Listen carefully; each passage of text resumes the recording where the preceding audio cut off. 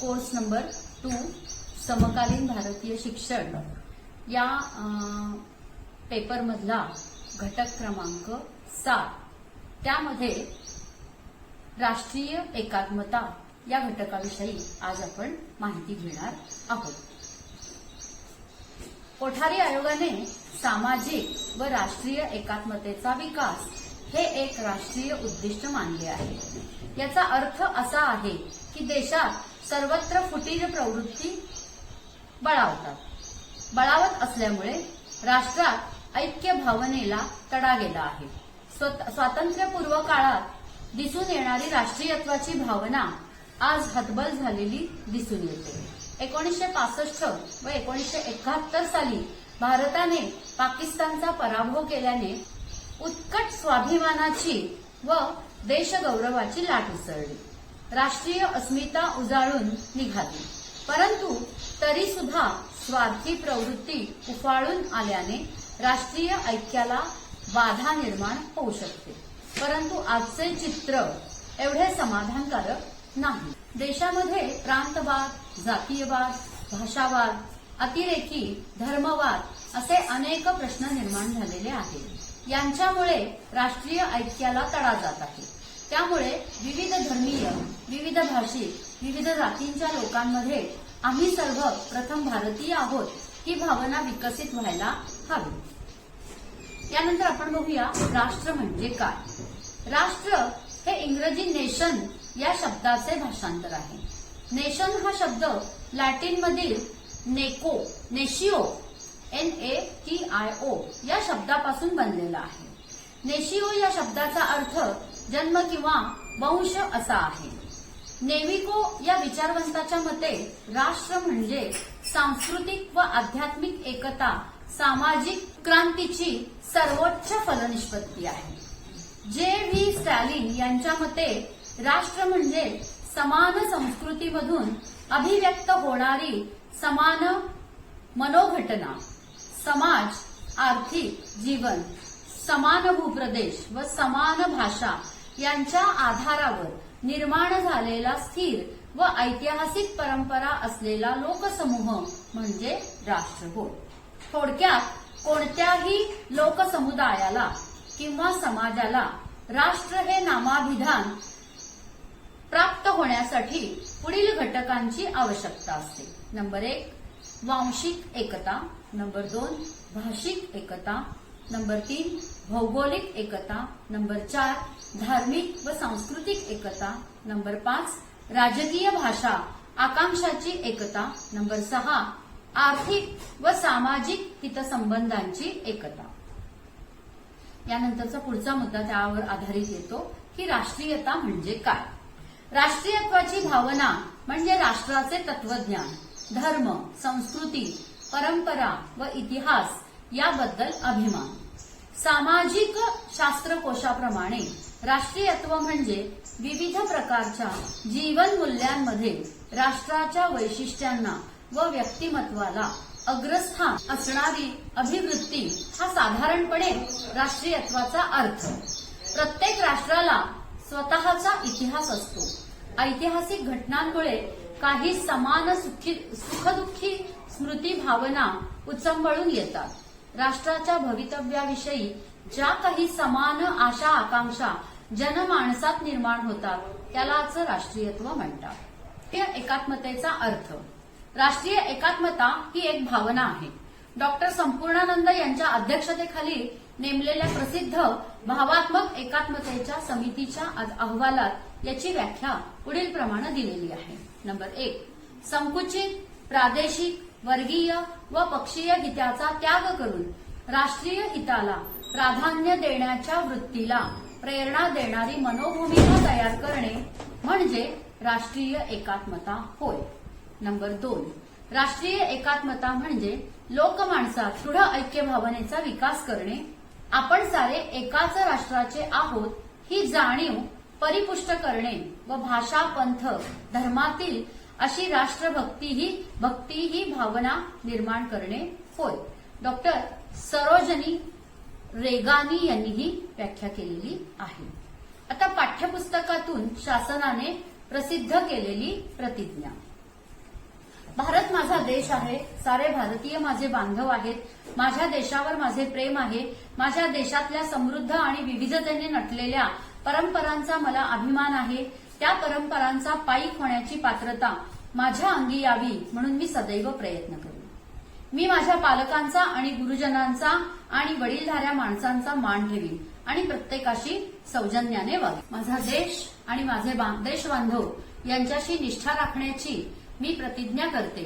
त्यांचे कल्याण आणि त्यांची समृद्धी यातच माझे सौभाग्य सामावलेले आहे. यानंतरचा मुद्दा येतो राष्ट्रीय एकात्मतेला बाधा आणणारे घटक. नंबर 1, प्रादेशिकता. भाषावार प्रांतरचना करण्यामागे उद्देश किंवा प्रत्येक प्रदेशाचा विकास करणे सोपे जावे हा होता. परंतु प्रत्येक प्रांत स्वतःचा विकास करताना दुसऱ्याच्या विकासाआड येत नाही आणि त्यातूनच येत आहे आणि त्यातूनच वैमनस्याची भावना निर्माण होत आहे. उदाहरणार्थ महाराष्ट्र कर्नाटक सीमावाद आज प्रत्येक प्रांतात फुटीरतेची वृत्ती बळावत आहे. त्यातून वेगळा खलिस्तान झारखंड याची मागणी होत आहे. महाराष्ट्रातून वेगळ्या विदर्भाची मागणी होत आहे. त्यामुळे राष्ट्रीय शांततेला धोका पोहोचत आहे. राष्ट्रीय एकात्मतेला प्रादेशिकतेमुळे तडा जात आहे. दुसरा घटक आहे जातीयता. जी जात नाही ती जात. आज भारताला स्वातंत्र्य मिळून जवळजवळ 65 वर्षे होऊन गेली, परंतु जातीयता नष्ट झालेली नाही. आज मागासवर्गीय यांना दिलेल्या सवलतीमुळे उच्च वर्ग असमाधानी आहे. त्यामुळेच महाराष्ट्रात मराठा मूक क्रांती मोर्चाने क्रांती केली. आजही शालेय प्रवेश, नोकरी, जात, धर्म हा घटक महत्वपूर्ण ठरत आहे. ज्या जातीच्या संस्था त्या जातीच्या लोकांना संस्थेत प्रवेश दिला जातो. त्यामुळे माणसात सलोखा निर्माण होण्याऐवजी जातीचे राजकारण होत आहे. त्यामुळे राष्ट्रीय एकात्मतेला जातीयतेमुळे तडा जात आहे. तिसरा घटक आहे धर्मांधता. धर्माच्या नावावर दंगली घडवून काही स्वार्थी धूर्त लोक धार्मिक भावना भडकावत असतात. उदाहरणार्थ राम मंदिर, बाबरी मस्जिद, अंबाबाईच्या कपाळावरील नागाचे चित्र. त्याचा पुढचा घटक आहे आर्थिक विषमता. स्वतंत्र भारताने जरी आर्थिक स्वातंत्र्य प्रत्येक नागरिकाला दिलेले असले तरी आज श्रीमंत अधिक श्रीमंत झाला आहे तर गरीब अधिक गरीब होत आहे. आज पैसा सर्वस्व आहे. पैशाच्या बळावर राजकीय नेत्यांना कायद्यालाही झुकविण्याचा प्रयत्न करतात. शोषितांचा असंतोष राष्ट्रीय ऐक्य भंग करण्याच्या कृतीचा आधार घेतो. प्रत्येक काळात चालत आलेल्या गरीब श्रीमंताच्या या वर्गसंबंधीची ठिणगी केव्हाही पडते आणि परिस्थिती अशांत होते. पुढचा घटक आहे भाषाभेद. प्रत्येक व्यक्तीला भाषाभिमान जरूर असावा, परंतु दुसऱ्या भाषेबद्दल दुराभिमान, वैमनस्याची भावना असू नये. परंतु मानवाच्या स्वार्थी अहंकारी वृत्तीमुळे भाषेवरून सुद्धा वादाची परिस्थिती उद्भवते, जी राष्ट्रीय ऐक्य भंग करणारी असते. उदाहरणार्थ दक्षिणेत हिंदी भाषेला केला जाणारा विरोध. यानंतरचा पुढचा मुद्दा आहे पक्षांधता किंवा विकृत राजकारण. लोकशाही शासन प्रणालीमुळे भारतात राजकीय पक्ष खूप निर्माण झालेले आहेत. विरोधी पक्षाने सत्तारूढ पक्षावर अंकुश ठेवण्याचे काम करावे, परंतु प्रत्यक्षात मात्र पक्षांतर्गत मतभेद, हेवेदावे व्यक्तिगत पातळीवर येतात. दोन्ही पक्ष एक दुसऱ्याची लक्तरे चव्हाट्यावर टांगण्याचा प्रयत्न करतात. हलकी व्यक्ती स्वार्थासाठी केव्हाही पक्ष बदलू शकते. दिलेल्या आश्वासनांना मंत्री लोक जागत नाहीत. त्यामुळे सर्वसामान्य जनतेचा कार्यकर्त्यांवरील विश्वास उडत चालला आहे. सर्वसामान्यांना असुरक्षित वाटत आहे. त्यामुळे राष्ट्रीय ऐक्य धोक्यात येत असल्याचं आपल्याला दिसतं. राष्ट्रीय भावात्मक एकात्मतेचा अर्थ आणि त्याला बाधा आणणारे घटक पाहिल्यानंतर एक गोष्ट स्पष्ट होते की बाधा आणणाऱ्या घटकांचा खरा अर्थ स्पष्ट केल्यास या अडचणी आपल्यासमोर उद्भवणार नाहीत आणि राष्ट्रीय एकात्मतेला अडचण येणार नाही. भाषेचा खरा अर्थ आणि विचार स्पष्टपणे व्यक्त करणारे बोलाचे, ध्वनीचे माध्यम आहे. 1986च्या राष्ट्रीय शैक्षणिक धोरणाने 10 गाभाभूत तत्वे ठरवली आहेत. त्यांचा अंतर्भाव सर्व स्तरांवरील शालेय पुस्तकात करण्यात आलेला आहे. राष्ट्रीय ऐक्याची भावना विकसित होण्यासाठी शिक्षणाने पुढील बाबींवर जोर दिलेला आहे. नंबर 1, देशाच्या विभिन्न प्रांताचा परिचय सर्व विद्यार्थ्यांना करून द्यावा व स्वातंत्र्य प्राप्तीस कारणीभूत ठरलेल्या घटनांची माहिती द्यावी. नंबर 2, विविध समाज आणि राज्ये यांच्यात परस्पर सामंजस्य निर्माण करणाऱ्या अभ्यासास तसेच उपक्रमास प्रोत्साहन द्यावे. उदाहरणार्थ, राष्ट्रीय आंतरराष्ट्रीय क्रीडा स्पर्धांचे आयोजन करावे, विद्यापीठ स्तरावरती युवा महोत्सवांचे आयोजन करावे आणि हे केलं जातं. नंबर 3, हे राष्ट्र यातील संपत्ती ही भारतीयांची आहे ही भावना विकसित करून त्या संदर्भात हक्क कर्तव्याची जाणीव विद्यार्थ्यांच्या मध्ये विकसित करणे. नंबर 4, भारतातील विविधतेचा म्हणजेच संस्कृती, भाषा, धर्म, पोशाख, चालीरीती इत्यादींचा परिचय सर्व विद्यार्थ्यांना करून दिला जावा. नंबर 5, सर्व प्रकारचा जातीयवाद समूळ नष्ट होईल आणि राष्ट्रीय ऐक्य वाढीस लागेल अशा कार्यक्रमांची आणि उपाययोजनांची अंमलबजावणी करावी.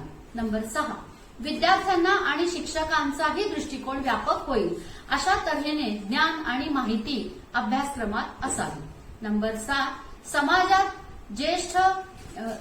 समाजात जेव्हा जातीय दंगली उसळतात तेव्हा त्या थांबविण्यासाठी सर्वतोपरी प्रयत्न करणे, अफवा पसरू नये म्हणून दंगलीचे मूळ शोधून काढणे आणि दोन्ही गटाला शांततेने समजावून सांगण्याचा प्रयत्न या राष्ट्रीय एकात्मतेमध्ये करणं आवश्यक आहे. सर्व प्रकारच्या राष्ट्र निर्माण कार्यात उत्कटतेने समरस होण्याची व सहभागी होण्याची प्रेरणा विद्यार्थ्यांमध्ये निर्माण करावी.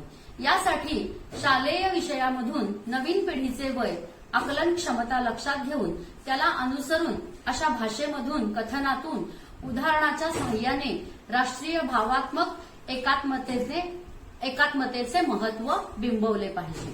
उदाहरणार्थ, इतिहास, भूगोल शिकविताना देशाची गौरवशाली परंपरा त्यांच्या मनावर ठसवावी.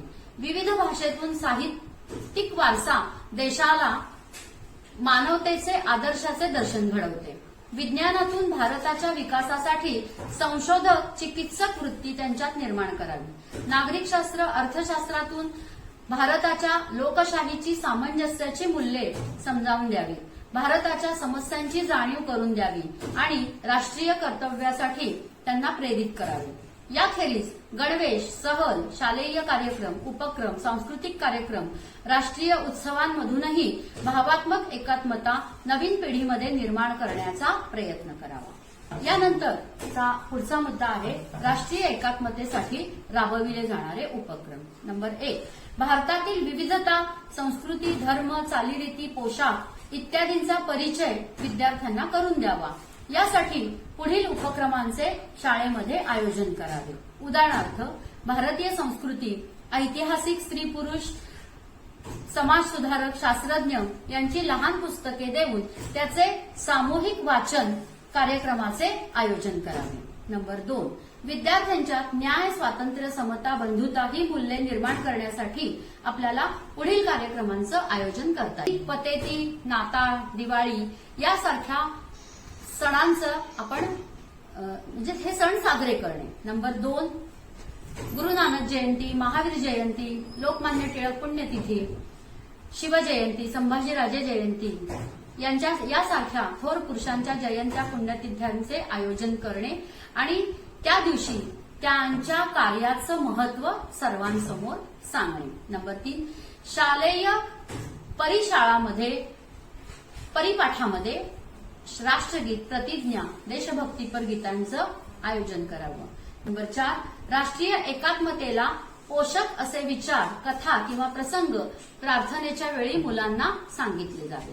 नंबर 5, भारताचे संविधान, राष्ट्रीय चिन्ह, राष्ट्रीय ध्वज, राष्ट्रीय प्राणी, पक्षी, राष्ट्रीय वृक्ष यांची माहिती करून दिली जावी. नंबर 6, सांस्कृतिक, सामाजिक, राजकीय दर्शन घडविण्यासाठी सहलींचे आयोजन करावे. नंबर 7, विविध प्रांतातील भाषा, संस्कृती, परस्परांचा परिचय होण्यासाठी क्रीडा स्पर्धा, युवा महोत्सव, सांस्कृतिक मेळावे इत्यादींचे आयोजन करावे. उदाहरणार्थ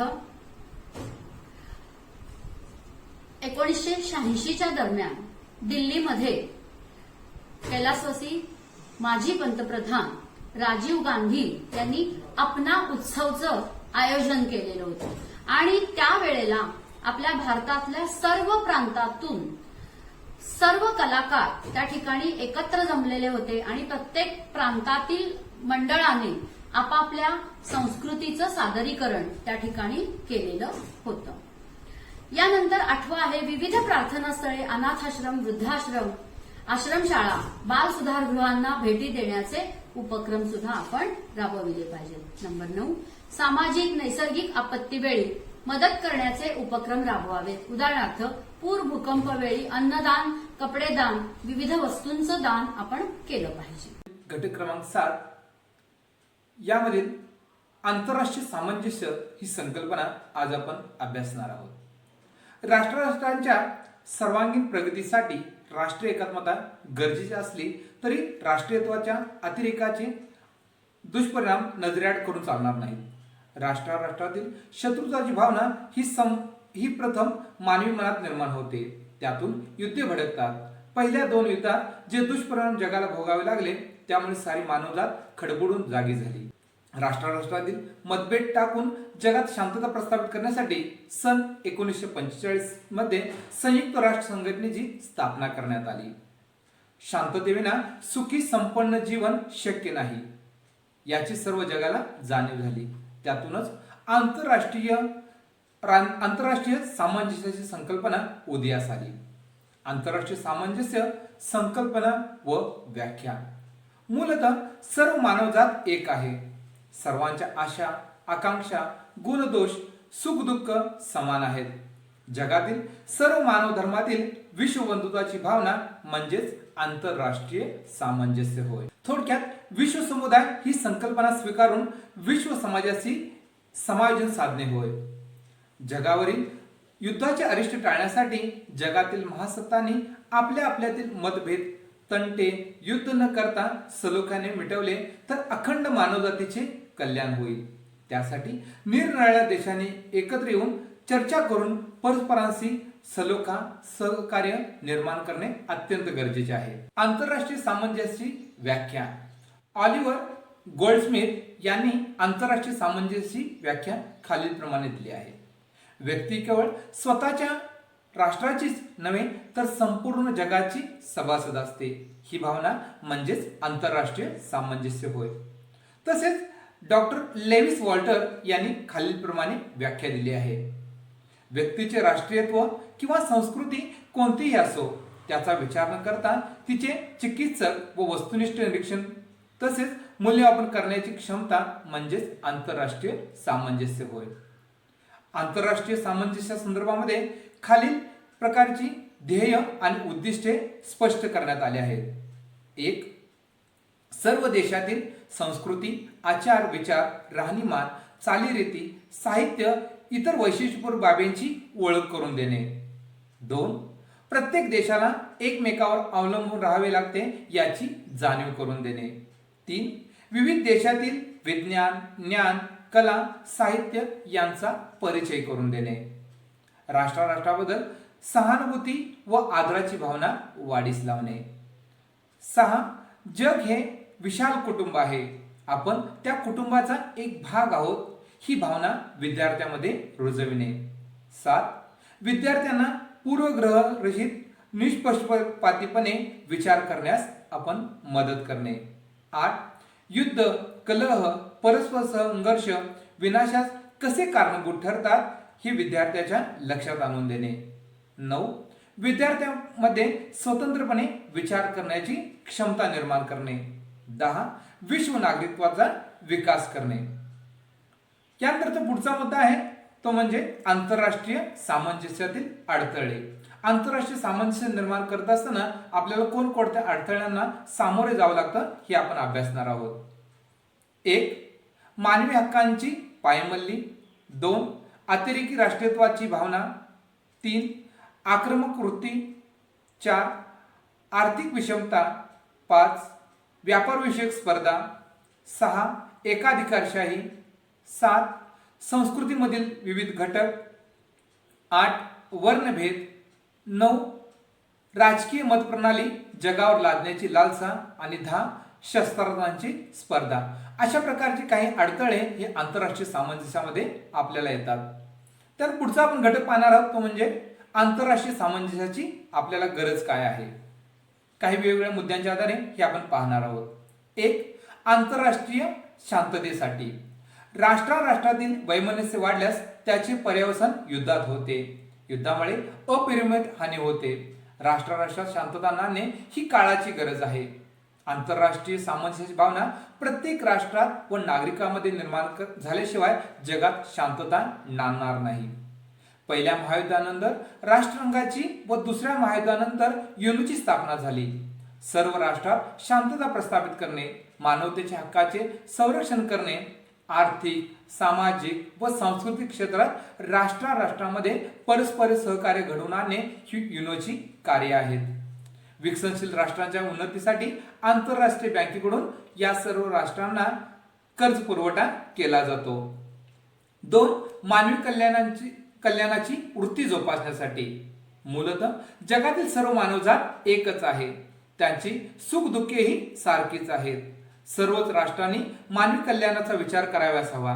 प्रत्येक नागरिकांमध्ये कल्याणाच्या वृत्तीचा विकास घडवून आणावयास हवा.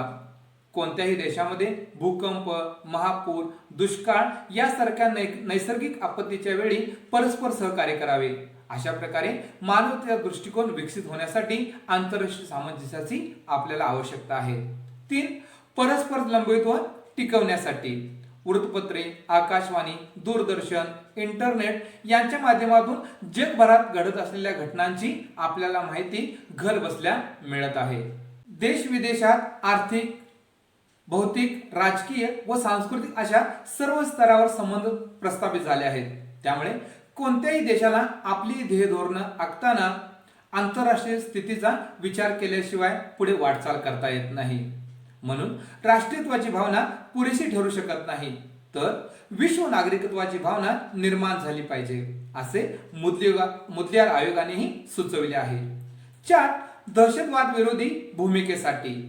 दहशतवाद हा अघोषित, अनियमित अशा एक युद्धाचाच प्रकार आहे. या युद्धात शत्रू कोण आहे, तो केव्हा, कोठे आणि कसा हल्ला करेल हे काही सांगता येत नाही. दहशतवादी हिंसेच्या बळावर सर्वसामान्य जनतेच्या मनात भीती निर्माण करतात. निरपराध नागरिक, स्त्रिया, मुले, वृद्ध यांची स्फोटके वापरून, गोळ्या घालून निर्दयपणे हत्या केली जाते. जगभरातील महत्त्वाच्या शहरांना यामुळे धोका निर्माण झाला आहे.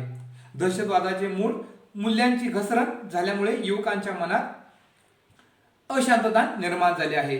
अशा वेळी विद्यार्थ्यांमध्ये जगा व जगू द्या ही लोकशाहीची वृत्ती, न्याय, स्वातंत्र्य, समता, बंधुता, परस्पर सहकार्य, वैज्ञानिक दृष्टिकोन, सर्व धर्म सहिष्णुता यासारखी मूल्ये रुजवणे आवश्यक आहे.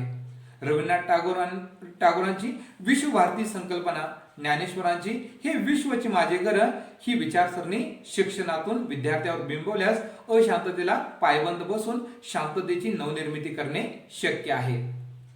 5 पर्यावरण समस्या सोडवण्यासाठी. आज पर्यावरण संवर्धन करणे ही जागतिक स्तरावरील मोठी समस्या आहे.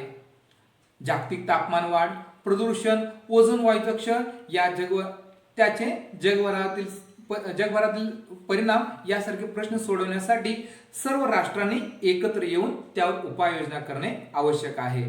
त्यासाठी आंतरराष्ट्रीय सामंजस्य अत्यंत गरजेचे आहे. 6 आंतरराष्ट्रीय सीमारेषेवरील तणाव दूर करण्यासाठी. जगातील विविध राष्ट्रांमध्ये आपल्या राष्ट्रावर विस्तार व्हावा यासाठी बडी राष्ट्रे आक्रमणाच्या योजना आखतात. राष्ट्रातील अंतर्गत समस्या, परस्पर मतभेद मिटवण्यासाठी युद्ध, संघर्ष यांचा वापर केला जातो. उदाहरणार्थ भारत चीन सीमावाद असे प्रश्न सामंजस्याने मिटवण्यासाठी आंतरराष्ट्रीय सामंजस्याची अत्यंत गरज आहे. 7 विज्ञान तंत्रज्ञानातील प्रगतीचा धोका टाळण्यासाठी. विज्ञान तंत्रज्ञानाद्वारे संशोधकाने विविध शोध लावून मानवी कल्याण व समाजाच्या प्रगतीसाठी भरीव कामगिरी केली असली तरी देखील राष्ट्रातील शस्त्रास्त्रांच्या अण्वस्त्र निर्मितीच्या स्पर्धा पाहता पृथ्वीवरील जीवन केव्हाही संपुष्टात येऊ शकेल अशी भीती समाजामध्ये निर्माण झाली आहे.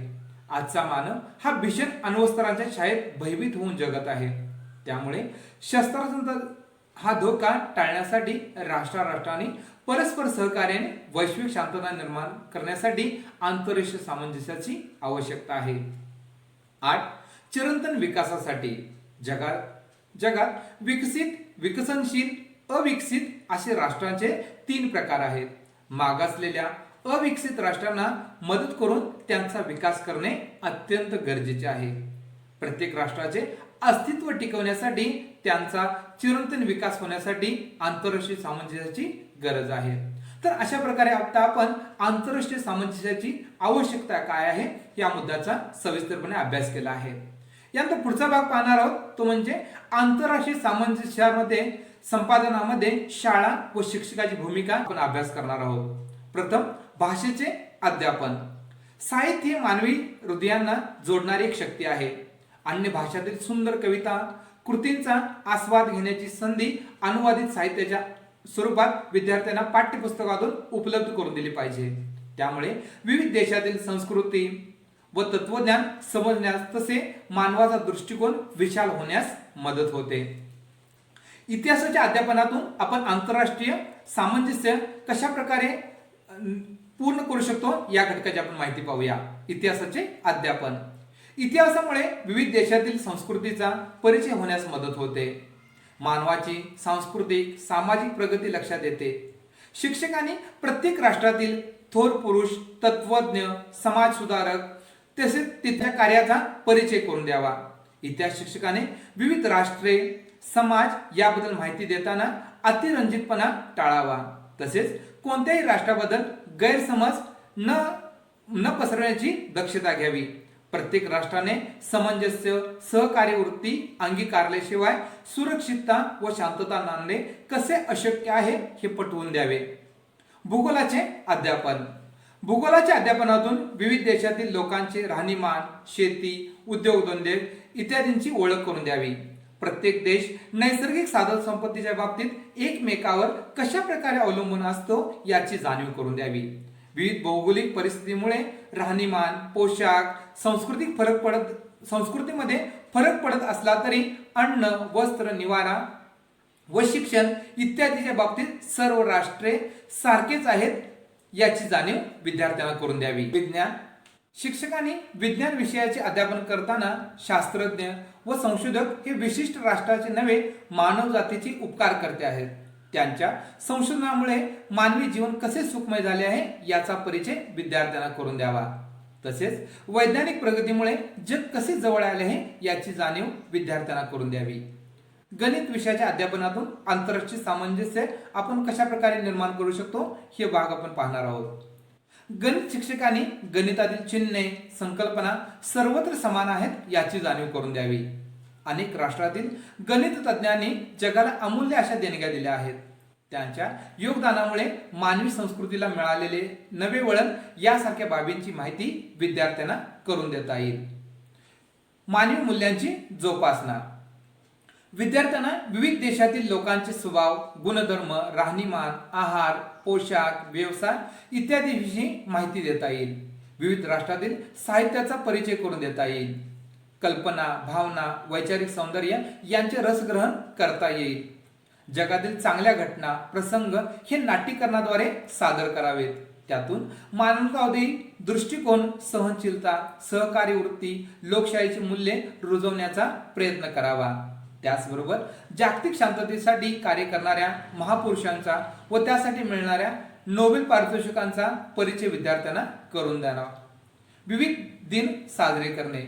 शाळेमध्ये आंतरराष्ट्रीय दिन, युनो दिन, मानवी हक्क दिन, पर्यावरण दिन, जागतिक आरोग्य दिन, लोकसंख्या दिन यासारखे विविध दिन वैशिष्ट्यपूर्णरित्या साजरे करून आंतरराष्ट्रीय सामंजस्याचे महत्त्व विद्यार्थ्यांवर रुजविता येईल. विविध स्पर्धांचे आयोजन. आंतरराष्ट्रीय दर्जाचे सांस्कृतिक कार्यक्रम, क्रीडा स्पर्धा, निबंध स्पर्धा, वक्तृत्व स्पर्धा, वादविवाद, चर्चा यासारख्या विविध स्पर्धांचे आयोजन करावे. आंतरराष्ट्रीय प्रश्न, समस्या इत्यादीच्या संदर्भामध्ये चर्चा घडवून आणण्यासाठी चर्चासत्राचे, परिसंवादाचे शाळेमध्ये आयोजन करावे. सोशल मीडियाचा वापर. आजच्या माहिती तंत्रज्ञानाच्या युगात एका देशातील विद्यार्थी दुसऱ्या देशातील विद्यार्थ्याशी सोशल मीडियाच्या द्वारे जोडला जाऊ शकतो. त्याबरोबर या सोशल मीडियाच्या आधारे आपण माहितीची देवाणघेवाण करू शकतो. यासाठी email, Facebook, WhatsApp, Twitter, Skype, Instagram इत्यादींचा उपयोग होऊ शकतो. संकटग्रस्त राष्ट्रांना मदत. भूकंप, महापूर, दुष्काळ यासारख्या नैसर्गिक आपत्तीत सापडलेल्या संकटग्रस्त राष्ट्रांना मदत करण्यासाठी मदत निधी, कपडे गोळा करणे यासारखे उपक्रम आपल्याला राबवता येतील. थोडक्यात एकमेका सहाय्य करू अवघे धरू सुपंत ही वृत्ती प्रत्येक राष्ट्रामध्ये निर्माण झाली तर मानवाचा उच्चतम विकास साधला जाईल. यासाठी अभ्यासक्रमातील विविध विषय व अभ्यासेतर कार्यक्रम यांचे नियोजन योग्य प्रकारे झाले पाहिजे. तर आज अशा प्रकारे आपण आंतरराष्ट्रीय सामंजस्य या घटकाची परिपूर्ण माहिती या ठिकाणी अभ्यासली. घटक क्रमांक 7 मधील सब पॉइंट ग्लोबलायझेशन इन एज्युकेशन म्हणजेच शिक्षणातील जागतिकीकरण ही संकल्पना आज आपण अभ्यासणार आहोत. आज माहिती तंत्रज्ञानामुळे अवघे विश्व एका खेड्याप्रमाणे बनले आहे. इसवी सन 1991 मध्ये जॉर्ज बुश अमेरिकेचे अध्यक्ष असताना नव्या जागतिक व्यवस्थेचा विचार मांडण्यात आला आणि त्यातूनच जागतिकीकरणाच्या प्रक्रियेला सुरुवात झाली. भारतात खाजगीकरण, उदारीकरण व जागतिकीकरण या धोरणाचा स्वीकार तत्कालीन पंतप्रधान PV नरसिंहराव, अर्थमंत्री मनमोहन सिंग यांनी केला. जागतिकीकरणामुळे जगातील विविध प्रदेशांच्या समृद्धीला पोषक वातावरण निर्माण झाले. जागतिकीकरणाची प्रक्रिया ही बाजूच्या आकृतीद्वारे आपण स्पष्ट करू शकतो की कोणकोणत्या कारणामुळे जागतिकीकरणाची प्रक्रिया अधिक गतिमान झाली. यामध्ये पहिला मुद्दा आहे प्रत्येक राज्याला मिळालेली स्वायत्तता. 2 गॅटचा करार. 3 जागतिक व्यापार संघटना म्हणजेच वर्ल्ड ट्रेड ऑर्गनायझेशन. 4 जागतिक बँक. 5 माहिती तंत्रज्ञान क्षेत्रातील प्रगती. आणि 6 आर्थिक गुंतवणूक. या मुद्द्यामुळं किंवा या घटकामुळं आपली जागतिकीकरणाची प्रक्रिया ही अधिक गतिमान झाली असे आपण म्हणू शकतो. पुढचा मुद्दा पाहणार तो म्हणजे जागतिकीकरण अर्थ व व्याख्या. जागतिकीकरण सुरुवात जरी आर्थिक क्षेत्रात झाली असली तरी त्याचा परिणाम मानवी जीवनाच्या सर्व क्षेत्रात झालेला पाहावयास मिळतो. आर्थिक बदलातून अनेक सामाजिक, सांस्कृतिक व राजकीय बदल घडून एक नवी व्यवस्था अस्तित्वात आली. या व्यवस्थेपासून कोणताही देश अलिप्त राहू शकत नाही. जागतिकीकरण ही एक अशी प्रक्रिया आहे की ज्यामुळे दळणवळण, वाहतूक व्यवस्था आणि व्यापार यामुळे प्रादेशिक समाज, अर्थव्यवस्था आणि संस्कृती यांचे एकात्मीकरण होण्यास मदत झाली आहे. अर्थव्यवस्था थोडक्यात जागतिकीकरण म्हणजे तंत्रज्ञानाचा वापर करून खुली स्पर्धा व उच्च उत्पादकता प्राप्त करणे होय व ती उत्पादक वस्तू जागतिक बाजारात विकणे असा जागतिकीकरणाचा अर्थ स्पष्ट करण्यात आला आहे. त्यानंतर पुढचा मुद्दा पाहणार आहोत तो म्हणजे जागतिकीकरणाच्या व्याख्या. पहिली व्याख्या दिलेली आहे जागतिक नाणेनिधी यांनी. ते असे म्हणतात जगातील देशांचे आर्थिक परस्परावलंबन म्हणजे जागतिकीकरण होय. तर दुसरी व्याख्या दिलेली आहे जागतिक व्यापार संघटना म्हणजेच वर्ल्ड ट्रेड ऑर्गनायझेशन यांनी 3 मुद्द्यांच्या आधारे ही व्याख्या स्पष्ट केलेली आहे. ते असं म्हणतात जागतिकीकरण म्हणजे 1 उपयोग्य वस्तूंचा समावेशासह सर्व वस्तूवरील आयात निर्बंध हळूहळू रद्द करणे. 2 आयात जकातीचे दर कमी करणे. आणि 3 सार्वजनिक क्षेत्रातील उपक्रमांचे खाजगीकरण करणे. तर पुढची आपण व्याख्या पाहणार आहोत ती अशी आहे पहा. जागतिक स्तरावरील दूरदूरच्या प्रदेशातील विविध सामाजिक व आर्थिक घडामोडींचे परस्परांशी समन्वय साधण्याला व ते दृढ करण्याच्या प्रक्रियेस जागतिकीकरण असे म्हणतात. अनेक व्याख्या दिलेल्या आहे. आपल्या देशात भौगोलिक मर्यादेबाहेरील आर्थिक, सामाजिक, राजकीय व सांस्कृतिक संबंध प्रस्थापित करून ते टिकवण्याच्या प्रक्रियेस जागतिकीकरण असे म्हणलेले आहे. तर या व्याख्या या ठिकाणी स्पष्ट केलेल्या आहेत. पुढचा आपण मुद्दा पाहणार तो म्हणजे की शिक्षणाचे जागतिकीकरण म्हणजे काय. प्रत्येक देशाने खुल्या अर्थव्यवस्थेचे धोरण स्वीकारल्यानंतर शिक्षण क्षेत्रातही विविध प्रकारचे शिक्षण घेण्यासाठी खुले करणे म्हणजे शिक्षणाचे जागतिकीकरण होय. जागतिकीकरणामुळे शिक्षण क्षेत्रातही आमूलाग्र बदल घडविणे अपरिहार्य झाले आहे. याचा विचार करताना आशय, समान संधी, बुद्धिमत्ता व आंतरराष्ट्रीय सामंजस्य याकडे लक्ष देणे आवश्यक आहे. आधुनिक माहिती तंत्रज्ञानाचा शिक्षण पद्धतीवर व विविध विषयातील ज्ञानात्मक माहितीवर प्रभाव पडलेला दिसून येतो. अभ्यासक्रम अद्ययावत ठेवण्यासाठी तसेच त्यात आवश्यक ते बदल करण्यासाठी माहिती तंत्रज्ञानाची मदत होते. जागतिक स्तरावर माहिती तंत्रज्ञानाच्या क्षेत्रातील भारतीय तज्ञांनी software development and data processing मध्ये आपले वेगळे स्थान निर्माण केले आहे. परंतु स्पर्धेच्या युगात टिकून राहण्यासाठी आपल्याला उत्तरोत्तर प्रगती करत राहणे अत्यावश्यक आहे. जागतिक स्पर्धेला समर्थपणे सामोरे जाणारे मनुष्यबळ तयार करणे हे शिक्षणाच्या जागतिकीकरणाचे मुख्य उद्दिष्ट आहे. त्यासाठी पात्र व्यक्तींची निवड व उच्च दर्जाचे प्रशिक्षण या गोष्टी आवश्यक आहेत. माध्यमिक व उच्च माध्यमिक शिक्षणापासूनच याची सुरुवात होणे आवश्यक आहे. जागतिक व्यापार संघटनेच्या म्हणजेच वर्ल्ड ट्रेड ऑर्गनायझेशनच्या मध्ये फक्त भारतातच नव्हे तर संपूर्ण जगातील उच्च शिक्षणात पूर्णपणे आंतरराष्ट्रीयत्व बनवणे जागतिकीकरणाने अपरिहार्य होणार आहे. यानंतर पुढचा आपण मुद्दा पाहणार तो म्हणजे शिक्षणातील जागतिकीकरणाचे स्वरूप कसे असणार आहे. त्यामध्ये 3 मुद्द्यांच्या आधारे हे स्वरूप त्यांनी स्पष्ट केले आहे. त्यामध्ये एखाद्या देशातील विद्यार्थी त्याच्याच देशात राहून इतर देशातील विद्यापीठात प्रवेश घेऊन आपला अभ्यासक्रम पूर्ण करून पदवी प्राप्त करू शकतो. 2. एखाद्या देशातील विद्यार्थी दुसऱ्या देशात जाऊन तेथील विद्यापीठात प्रवेश घेऊन तेथील अभ्यासक्रम पूर्ण करून पदवी प्राप्त करू शकतो. आणि 3. बाहेरच्या देशातील विद्यापीठे ही दुसऱ्या देशात जाऊन स्वतःचा अभ्यासक्रम, स्वतःचे शिक्षक व पायाभूत सुविधा पुरवून त्या देशातील विद्यार्थ्यांना शिक्षण देऊ शकतात. तर अशा प्रकारे हे शिक्षणाचे स्वरूप जागतिकीकरणाच्या प्रक्रियेमध्ये स्पष्ट केलेले आहे. पुढचा आपण मुद्दा पाहणार तो म्हणजे असा की जागतिकीकरणानुसार शिक्षणाचे ध्येय आणि उद्दिष्ट कसे असले पाहिजेत. त्यामध्ये पहिलं ध्येय आणि उद्दिष्ट सांगण्यात आलेलं आहे. 1. विद्यार्थ्यांमध्ये वैज्ञानिक दृष्टिकोन निर्माण करणे. 2. आंतरराष्ट्रीय सामंजस्याची भावना विकसित करणे. 3. शिक्षणातून सामाजिक व राष्ट्रीय एकात्मता वाढीस लावणे. 4. शिक्षणातून विविध मूल्यांची जोपासना करणे. 5. विद्यार्थ्यांमध्ये उपयोजन क्षमता निर्माण करणे. 6. शिक्षणातून उत्पादन क्षमता वाढवणे. 7. लोकांचे राहणीमान व जीवन पद्धती उंचावणे. यानंतर पुढचा आपण मुद्दा पाहणार तो म्हणजे की जागतिकीकरणातील अभ्यासक्रम कसा असला पाहिजे. अभ्यासक्रमाचे काही घटक या ठिकाणी मी स्पष्ट करणार आहे.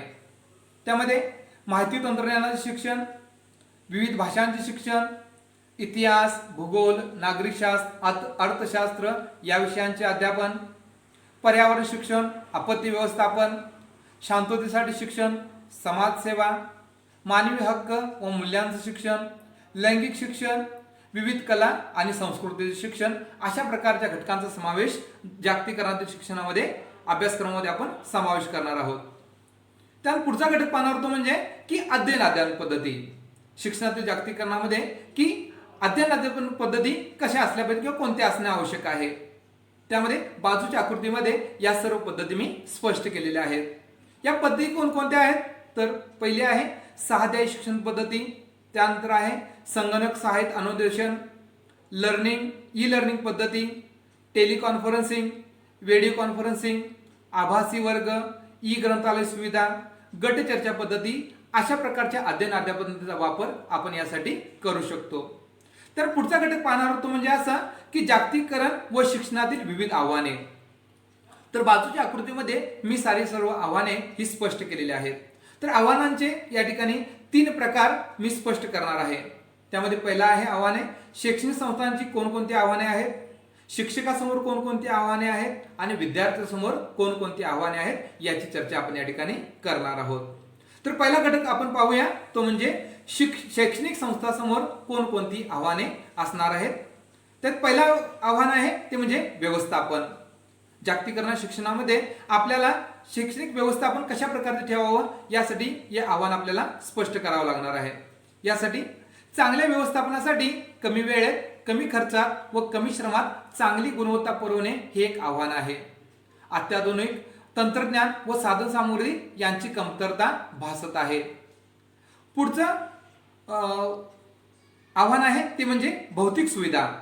जागतिकीकरणाच्या स्पर्धेत टिकून राहण्यासाठी प्रशस्त इमारती, क्रीडांगणे, प्रयोगशाळा, ग्रंथालय, व्यायामशाळा, खेळांचे साहित्य यामध्ये अत्याधुनिकता येणे आवश्यक आहे. त्यासाठी आर्थिक स्रोत निर्माण होणे आवश्यक आहे. त्यानंतर पुढचं आव्हान आहे मनुष्यबळ. जागतिकीकरणात टिकून राहण्यासाठी शिक्षकांना नवीन ज्ञान प्राप्त करून ते विद्यार्थ्यांपर्यंत पोहोचवावे लागणार आहे. त्यासाठी वेळोवेळी प्रशिक्षण घेणे, व्यावसायिक पात्रता वाढवणे, विविध कौशल्य आत्मसात करणे गरजेचे आहे. तर पुढचं आव्हान आहे अद्ययावत तंत्रज्ञान. गुणवत्तापूर्ण शिक्षण देण्यासाठी अत्याधुनिक प्रयोगशाळा, संगणक कक्ष, शैक्षणिक साहित्य, ई लर्निंगच्या सुविधा इत्यादी बाबत गुणवत्ता वाढवणे आवश्यक आहे. पुढचं आव्हान आहे आर्थिक स्रोत. दर्जेदार शिक्षण व्यवस्था निर्माण करण्यासाठी चांगल्या भौतिक सुविधा व मनुष्यबळ यावर होणारा खर्च भागवण्यासाठी नवनवीन मार्ग शोधणे गरजेचे आहे. पुढचं आव्हान आहे अभ्यासक्रमाच्या बाबतीमध्ये. जागतिक स्पर्धेचा विचार करता तसेच विद्यार्थ्यांना स्वयंपूर्ण बनवण्यासाठी अद्ययावत अभ्यासक्रम राबवणे आवश्यक आहे. तो अभ्यासक्रम सर्वसमावेशक, व्यवसायाभिमुख, आंतरविद्याशाखीय, व्यक्तिभिन्नतेला वाव देणारा असला पाहिजे. तर पुढचं आव्हान आहे प्रवेश व परीक्षा. पारंपरिक प्रवेश पद्धतीचा त्याग करून एखाद्या अभ्यासक्रमासाठी प्रवेश देताना ऑनलाईन प्रवेश परीक्षा पद्धतीचा अवलंब करणे आवश्यक आहे. या परीक्षांमध्ये पारदर्शकता असणेही तितकेच महत्त्वाचे आहे. तर अशा प्रकारची आव्हाने आपण ही शैक्षणिक संस्थांसमोर कोणकोणती आव्हाने आहेत याचा विचार या ठिकाणी केलेला आहे. पुढचा आपण घटक पाहणार आहोत की शिक्षक व शिक्षकासमोर कोणकोणती आव्हाने या जागतिकीकरणाच्या प्रक्रियेमध्ये आपल्याला सामोरं जावं लागणार आहे. त्यामुळे पहिला घटक आहे प्रशिक्षण. जागतिकीकरणाच्या स्पर्धेत टिकून राहण्यासाठी शिक्षकांना आपले ज्ञान अद्ययावत ठेवावे लागणार आहे. त्यासाठी सर्वसमावेशक प्रशिक्षणाचा लाभ शिक्षकांनी घेतला पाहिजे. तसेच सेवा काळात वेळोवेळी होणारी प्रशिक्षणे पूर्ण केली पाहिजेत. शिक्षकांनी अनेक विद्याशाखांची ओळख करून घेतली पाहिजे. तसेच माहिती तंत्रज्ञानाच्या वापराचे कौशल्य आत्मसात केले पाहिजे. पुढचं आव्हान आहे अध्यापन कौशल्य. नवनवीन अध्यापन पद्धती, माहिती तंत्रज्ञानाचा वापर करून गुणवत्तापूर्ण अध्यापन करणे हे शिक्षकासमोर एक आव्हानच आहे. पुढचं आव्हान आहे संशोधनाच्या बाबतीमध्ये. शिक्षकांनी आपले ज्ञान अद्ययावत ठेवण्यासाठी संशोधकाची वृत्ती जोपासली पाहिजे. नवीन ज्ञान आत्मसात करण्यासाठी संशोधन करणेही गरजेचे आहे. स्थानिक पातळीवर समस्यांचे निराकरण करण्यासाठी कृती संशोधन करून शिक्षकांनी सतत क्रियाशील राहिले पाहिजे. पुढचं आव्हान आहे विविध कौशल्यांच्या बाबतीमध्ये. शिक्षकाचे व्यक्तिमत्व अष्टपैलुयुक्त असणे आवश्यक आहे. शिक्षकांनी विविध कौशल्ये आत्मसात करण्याचा प्रयत्न केला पाहिजे. उदाहरणार्थ विविध भाषांचा अभ्यास, माहिती तंत्रज्ञानाचा वापर, सामान्य ज्ञान, जीवन कौशल्य, विविध कलांचे ज्ञान, विविध क्रीडा प्रकारांचे ज्ञान इत्यादी प्रकारे ज्ञान शिक्षकाने आत्मसात करणे आवश्यक आहे. तर पुढचं आव्हान पाहणार आहोत ते म्हणजे विद्यार्थ्यांसमोर कोणकोणती आव्हाने या जागतिकीकरणाने निर्माण केली आहेत. पहिलं आव्हान आहे अभ्यासक्रमाच्या बाबतीमध्ये. जागतिकीकरणाच्या स्पर्धेत टिकून राहण्यासाठी तसेच विद्यार्थ्याला स्वयंपूर्ण बनवण्यासाठी अभ्यासक्रमाचे स्वरूप हे वैविध्यपूर्ण तसेच व्यक्तिभिन्नतेला पोषक असणार आहे. अशा अभ्यासक्रमातून विद्यार्थ्याला स्वतःच्या आवडीनुसार व क्षमतेनुसार योग्य अभ्यासक्रमाची निवड करणे एक आव्हानच ठरणार आहे. पुढचं आव्हान आहे अध्ययन पद्धती किंवा अध्ययन सवयी. विद्यार्थ्याला पारंपरिक अध्ययन सवयीनुसार अध्ययन करून चालणार नाही, तर आकलनावर भर, माहिती तंत्रज्ञानाचा वापर, चिकित्सक विचार यासारख्या बाबीवर भर द्यावा लागणार आहे. पुढचं आव्हान आहे भाषा व जीवन कौशल्य. जागतिकीकरणात इंग्रजी भाषा अनिवार्य असल्याने विद्यार्थ्याला इंग्रजी भाषा आत्मसात करून प्रभावी संप्रेषण क्षमता स्वतःमध्ये निर्माण करावी लागणार आहे. याशिवाय निर्णय क्षमता, सर्जनशीलता, समस्या निराकरण, चिकित्सक विचार, भावनांचे समायोजन, ताणतणावांचे समायोजन इत्यादी जीवन कौशल्ये आत्मसात करावी लागणार आहे. त्यानंतर पुढचं आव्हान आहे व्यवसाय शिक्षण.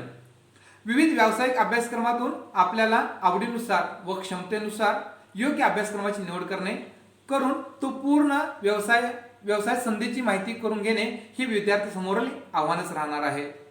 त्यानंतर आहे तंत्रज्ञानाचा वापर. माहिती तंत्रज्ञानाच्या या युगात दररोज नवीन तंत्रज्ञानाची भर पडत असते. ती विद्यार्थ्यापर्यंत पोहोचवणे व तिचा योग्य वापर करणे या बाबी महत्त्वाच्या ठरतात. आजचा विद्यार्थी हा सोशल मीडियाच्या जाळ्यात अडकलेला दिसतो. त्याचा योग्य कारणासाठी वापर करणे हे आवश्यक आहे. त्यानंतर पुढचं आव्हान आहे मूल्यांचे आव्हान. भारतात विविध धर्मीय, जाती, धर्म, पंथाचे लोक राहतात. जागतिकीकरणामुळे भारतीय संस्कृतीमध्ये पाश्चात्य संस्कृती सरमिसळ होत आहे. भारतीय समाज रचनेत परस्पर सहकार्य, सामाजिक बांधिलकी, समाजसेवा, सहनशीलता, श्रम प्रतिष्ठा यासारखी मूल्य विद्यार्थ्यांमध्ये टिकून राहणे अत्यंत आवश्यक आहे. त्याचबरोबर स्त्री पुरुष समानता, राष्ट्रीय एकात्मता, बंधुत्व, देशप्रेम इत्यादी राजकीय मूल्यही टिकवणे अत्यंत गरजेचे आहे. थोडक्यात पारंपरिक मूल्ये व आधुनिक मूल्ये यांच्यातील संघर्ष कमी करण्याचे हे एक आव्हानच ठरले आहे. तर पुढचा मुद्दा पाहणार आहोत तो म्हणजे असा की जागतिकीकरणाने कोणकोणते फायदे आपल्याला होणार आहेत किंवा झालेले आहेत. एक, शिक्षण प्रसारातील बाधक गोष्टी नष्ट होऊन शिक्षणाचा झपाट्याने विस्तार होईल. 2, गुणवत्तापूर्ण शिक्षणामुळे व्यवसाय, नोकरीच्या संधी विद्यार्थ्यांना प्राप्त होतील. 3, दर्जेदार शाळांची निर्मिती होईल. तज्ज्ञ अनुभवी शिक्षकांचे मार्गदर्शन लाभेल. निकोप स्पर्धेमुळे शिक्षणाचे क्षेत्र अधिकाधिक प्रगत होत जाईल. जागतिक दर्जाचे अध्ययन अध्यापन घडून येईल. 5, लोकांना त्याच्या आवडीनुसार, गरजेनुसार, वेळेनुसार शिक्षणाची संधी प्राप्त होईल. 6, तंत्रज्ञानातील प्रगतीमुळे शिक्षणाचा एकंदर दर्जा सुधारण्यास मदत होईल.